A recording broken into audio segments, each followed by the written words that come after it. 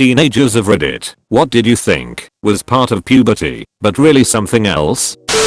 When I was young I slept over at my friend's house. Woke up with my boxers soaked. I was so embarrassed that I had a wet dream for the first time, not even at my own house. Turns out I just pissed myself. And that's why you pee before bed, kids. Got it? Pee the bed beforehand. Warms it up too. Regular nosebleeds. Turns out my allergies don't like the humid air. My nose starts randomly gushing blood in the winter. It doesn't like dry air lol. My nose is pissed off that I ever expected to breathe with it. I'm like a duck in bug. That's a big oof, my dude. Growing up I was really close with my cousin. We were the same age, lived in the same neighborhood, went to the same school, and had the same group of friends. I remember during junior high school he changed quite a bit, and at the time I didn't have the mental or emotional capacity to wonder why or figure out on a deep level what could have been happening. He used to be very fun, jovial, and enjoyed hanging out with me and my friends. Suddenly around the time we turned 11 or so, he became much quieter, preferred to keep to himself, and started becoming a lot more introverted. I figured that at that time we were all going through puberty, and as we learned in class, as our bodies change, so could other parts of our personalities. I figured, hey, I never liked girls before, but suddenly I want nothing more than to hang out with girls, and so he probably had a similar change, only with regards to his social preferences. I only recently found out, 20 years later, that his father got heavy into alcohol right around that time, and he abused him. Definitely physically and verbally, possibly sexually. He didn't quite go there, and I didn't push. His father ultimately left his family, and the story we were told at the time was that he was traveling for business, but that everything was fine. So we had no choice but to accept this. It breaks my heart that at that time I could have been there for him, but I had no idea something deep was happening that was causing a fundamental change to my cousin's personality. I just assumed he was going through some natural changes and that his natural personality was coming out. But it turns out the worst thing that could happen to a child, having your parent abuse you, was happening, and that was the reason for his sudden change. When I was a teenager, I always thought that having resentment towards my mom, single parent, was normal for that phase in life. Everyone told me I was just an overreactive teenager, going through changes, hypersensitive, and it would pass, and one day I'll realize how lucky I'm to have her. While I agree, she was a good mom, I still harbor a lot of resentment toward her over a lot of things, and my family was extremely toxic and would consistently diminish my feelings to make themselves feel better. It wasn't just a teenage mess of emotions, these were real problems that my mom couldn't be bothered with. It was more important for her to be the victim, and that hasn't changed still 20 years later. Most people are on the outside looking in and don't hear both sides of the story. Sometimes the smallest thing can lead to a life of depression, anxiety, and self-deprecating. In other words, you're not just finding yourself as a teenager. Life comes with constant growth and realizations. Don't ignore your instinct, because everyone is telling you otherwise. Had a horrible pain in my right arm. If someone even grazed up against it, it would feel like I got shot. It would also flare up at night, leading to many sleepless nights. I had multiple doctor visits, and it was always just chalked up to growing pains. After dealing with it for 2 years, a doctor finally did an x-ray and found a, thankfully benign, bone tumor. Insanely heavy painful period. Massive weight gain. Being uncontrollably mean to my mom, and then crying because I didn't know why I was being mean to my mom. My puberty was so bad my mom took me to all kinds of doctors. She felt like I was possessed and also dying. I physically could not get out of bed on my period. Turns out I have PMDD, bipolar disorder, and an underactive thyroid. I went on birth control at 11 to control the bleeding and mood swings. Mood stabilizers around 13, and then thyroid meds at 15, and life was much better. Not having a period for 8 months. Don't let any doctor tell you that's normal for that long, because you'll eventually find out you actually have polycystic ovary syndrome. Yeah, polycystic ovary syndrome is so damn common yet so ignored, or just not even thought of, or they just don't care. My doctor didn't even bother to try and help me understand it or offer treatment. She was just like, yeah, you have polycystic ovary syndrome, bye. I wasn't diagnosed until I was 28 either. Ridiculous. My doctor just prescribed me birth control and sent me on my way. 16-year-old me had to use the internet to figure out what was going on. I found a new doctor who has explained everything to me and she's fantastic. I was feeling a very large disconnect from everyone around me, especially people my age. I constantly visualized being in a bubble separate from everyone else, and I had a hard time having conversations. But I just thought it was puberty because I didn't want to self-diagnose, and I figured everyone else felt the same. Turns out it was Asperger's.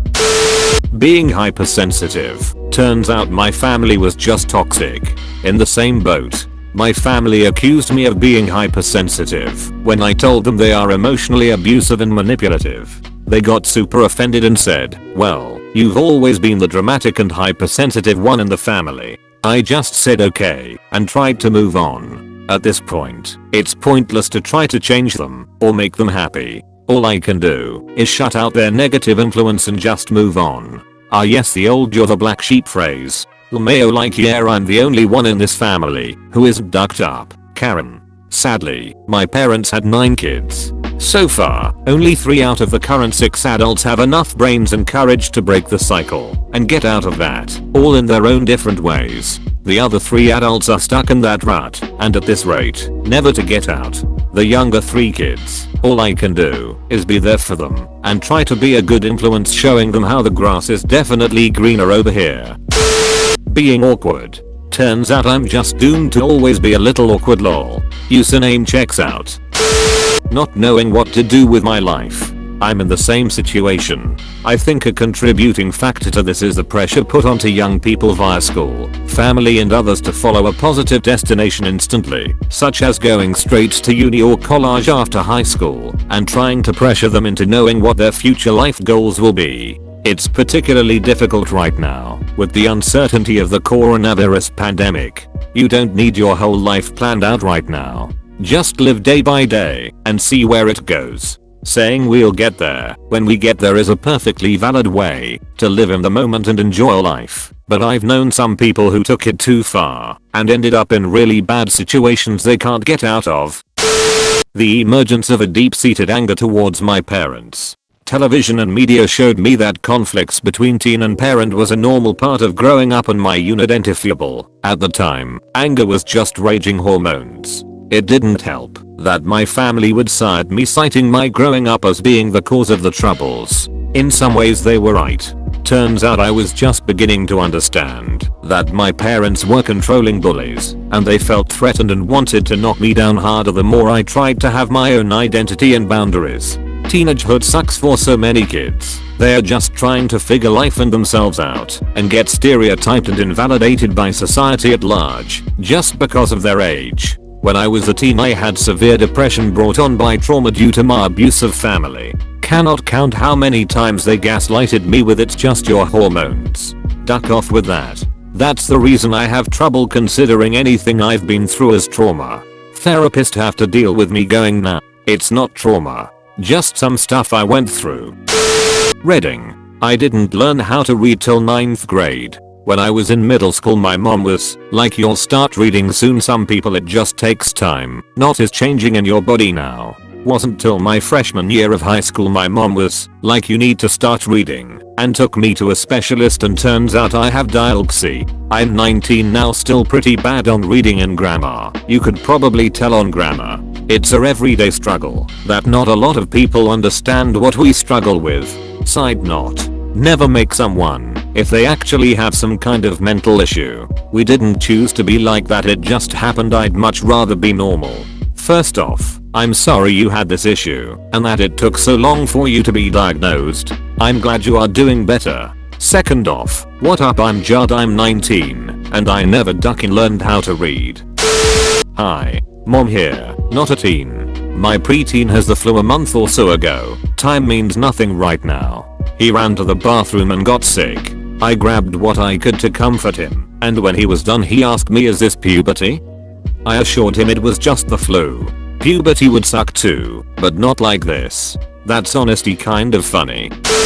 Not a teenager anymore, but as I hit puberty I started getting horrific, blinding headaches and numb limbs. The doctor diagnosed me with puberty onset migraines and growing pains. It never got better, and at 28 I finally got a doctor to listen to me and do some tests. Turns out I have a condition where a small part of my brain is sitting in the top of my spinal column. Wish I'd pushed harder when I was young, as no one believed me that a migraine could cause me to lose my vision for up to 2 days, and they thought I was just acting up. Wow, how gross of the adults in your life to dismiss you like that. I'm sorry you dealt with that. I hope you're doing better now. Obsessing over a friend. Turns out I'm codependent. Fun times lol. Mayo, for me it just turned out that I'm actually gay and like them. What happened next? Lol. She said she could never date a friend, and we still talk almost every day, but she gets annoyed every time I mention that I like someone else because she thinks I'm replacing her. Sorry to insert myself in this convo, but just want to point out that someone who won't date you, but also complains when you want to date a person, is not looking out for your best interest. I had a friend want to date me, but I didn't feel the same. Then that friend found a partner, and I felt happiness for them. That's the right response, period.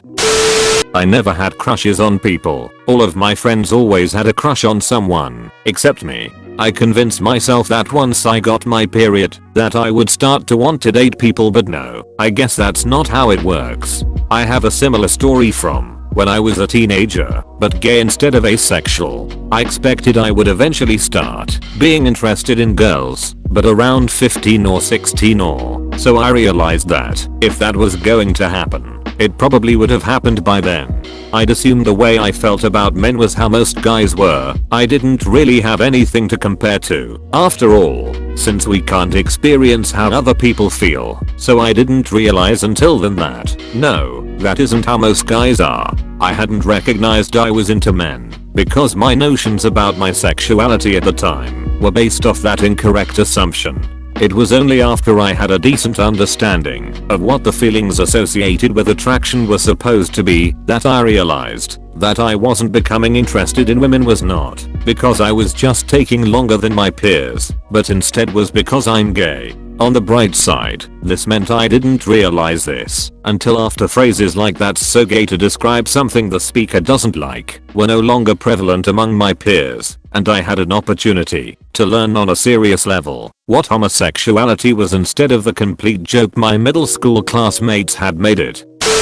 Extreme introversion? I'm not sure if this is puberty or something else, which is why this is more of a question than an answer. I was an extrovert before, but as I hit a certain age, I became an introvert. And I was okay with that, because everyone says that's normal for a teen. But then things started to get kinda extreme. I moved from my school because I wanted to cut ties with the small group of friends I had and people I knew that had an outgoing, social kinda impression of me because I was with them practically all my life. I shut off everyone at my new school and didn't speak to anyone unless necessary. I grew distant from everybody I knew, including my family. I would rather get physically hurt than speak to anyone or go outside my room.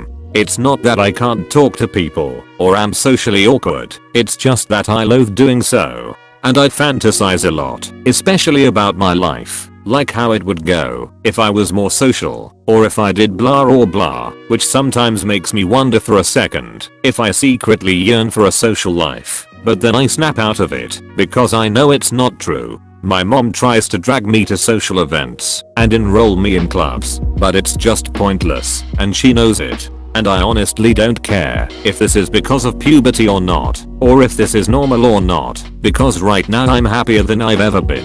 Without relationships or people or socializing. So, I'm really just asking out of curiosity here, if this is because of puberty I mean. Subscribe and leave a like. Please.